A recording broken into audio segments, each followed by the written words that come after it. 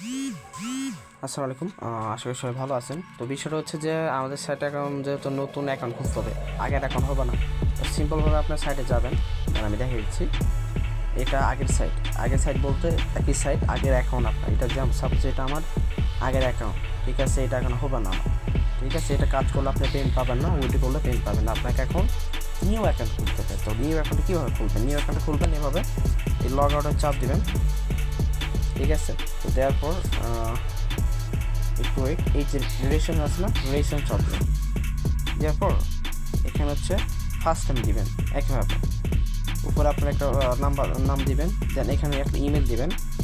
যেহেতু আমার আগের ইমেল আছে, আগের যে ইমেল দিয়ে খুলছেন ওই ইমেল দিবেন না, মাস্ট বি। আমি হচ্ছে নতুন একটা ইমেল দিব, ঠিক আছে? অবশ্যই নতুন ইমেল দিবেন। নতুন ইমেল দিয়ে আমি দেখাইতেছি। দেন অবশ্যই বাংলাদেশ সেট থাকবে। দেন হচ্ছে আগে যে নাম্বার দিয়েছে ওই নাম্বার দিবেন না, এখানে নিউ একটা নাম্বার দিবেন, ঠিক আছে?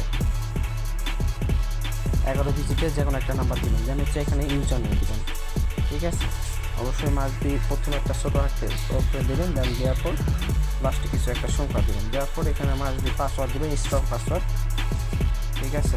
যেটা আগে দিয়েছেন ওই ইউজার নেম দিবেন না, যে কোনো একটা সংখ্যা অ্যাড করে দেবেন, ঠিক আছে?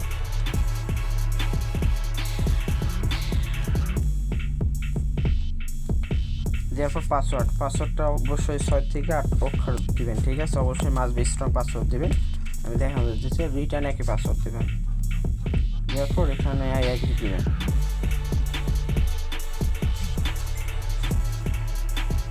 দেওয়ার পর এইভাবে দেখেন আমার অলরেডি অ্যাকাউন্ট এইভাবে দিবেন, দেখানো জন্য সেটা। দেওয়ার পর রিটার্ন দিবেন, দেখেন নিউ অ্যাকাউন্ট খোলা হয়ে গেছে, ঠিক আছে?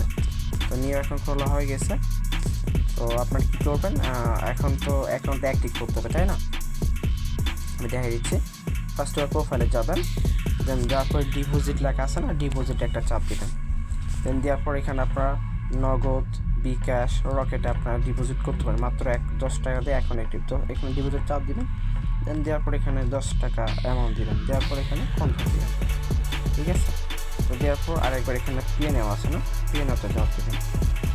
দেন দেওয়ার পর দেখেন আপনার বলছে নিচে দেওয়া নাম্বার কপি করে সেন্ড মানি করুন। অবশ্যই সেন্ড মানি করবেন, কেউ ক্যাশ আউট করবেন না। সঠিক তথ্য দিয়ে ডিপোজিট রিকোয়েস্ট করবেন। 5 থেকে 10 নম্বরে 5 থেকে 10 মিনিট ওয়েট করবেন। দেন এই যে নাম্বারটা আছে না, এই নাম্বারটা কপি করবেন। কপি করে আপনারা কী করবেন, বিকাশে চলে যাবেন।